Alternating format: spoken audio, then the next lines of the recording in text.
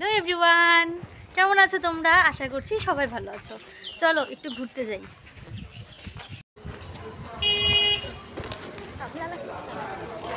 ও কামলা কামলা ও কামলা।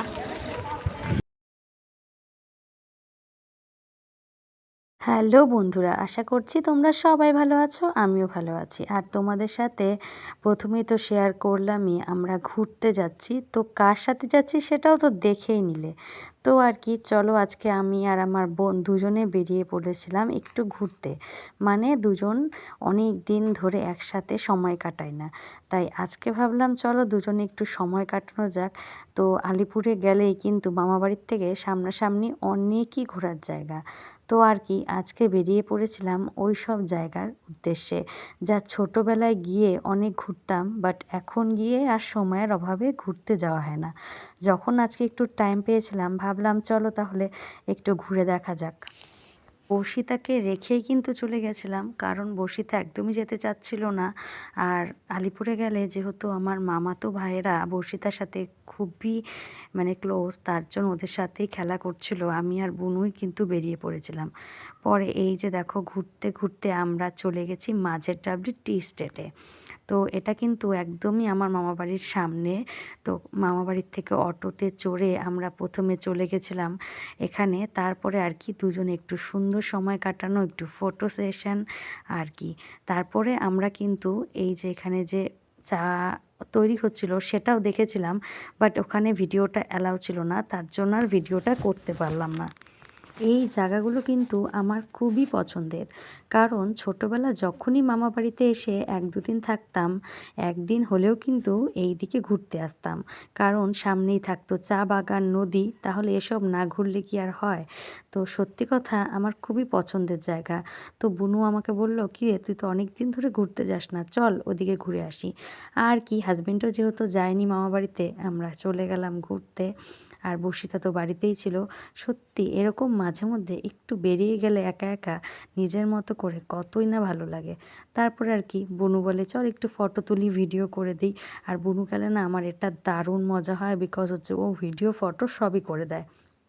আর এই যে হচ্ছে হনুমান মন্দির, যেটা মাঝের টাবরি, আপনারা সার্চ করলেই দেখতে পারবেন। যারা এই হনুমান মন্দিরে যাননি তারা কিন্তু একবার হলেও ঘুরে আসবেন। আর এখানেও কিন্তু সময়সীমাও দেওয়া আছে, সারাক্ষণ হনুমান মন্দির কিন্তু খোলা থাকে না, তাই এই সময়সীমাটা শুধু আপনাদের জন্য।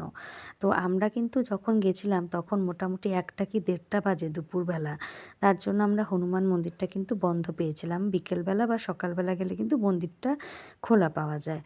আর কি, বাইরের থেকে হনুমানজিকে প্রণাম করে আবার বেরিয়ে গেলাম একটু অন্য দিকে। তো চলো আমরা এখন একটু নদীর দিকে যাই। বুনুরই খুব ইচ্ছে ছিল যেন আজকের দিনের এই সুন্দর মুহূর্তগুলো আমরা ফ্রেমবন্দি করি এবং একটা ব্লগ বানাই।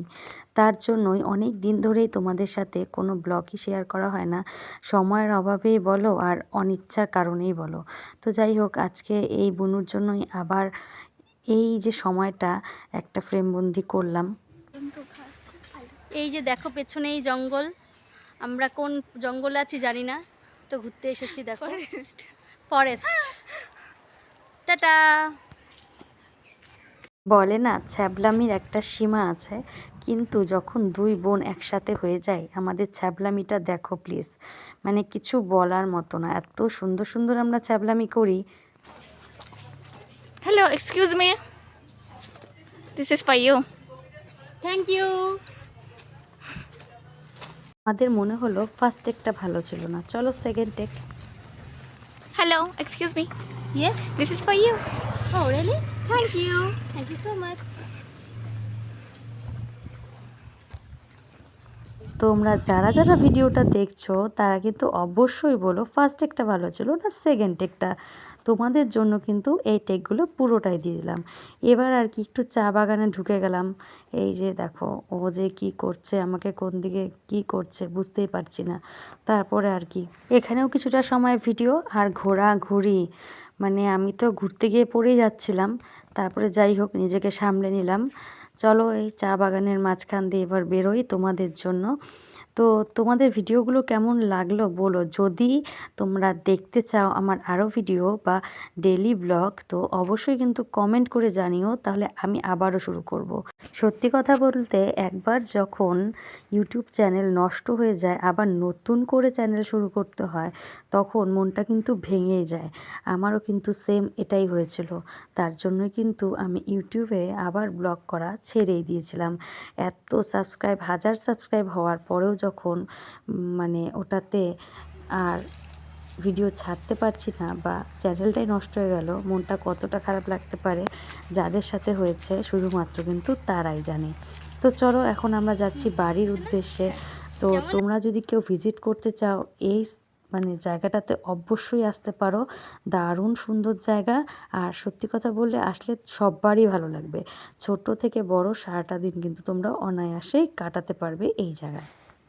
তো বন্ধুরা, আমাদের দু বোনের মাস্তি আজকের এতটুকুই। এবারে আমরা চললাম বাড়ির উদ্দেশ্যে, কারণ যেহেতু বর্ষিতাকে রেখে এসেছি তো আমার আর ভালো লাগছিল না। তো বন্ধুরা টাটা, সবাই ভালো থেকো, সুস্থ থেকো। আবারও চলে আসবো ছোট্ট কোনো ভিডিও নিয়ে। ততক্ষণের জন্য আমার পেজটাকে লাইক ফলো করে দিও। টাটা।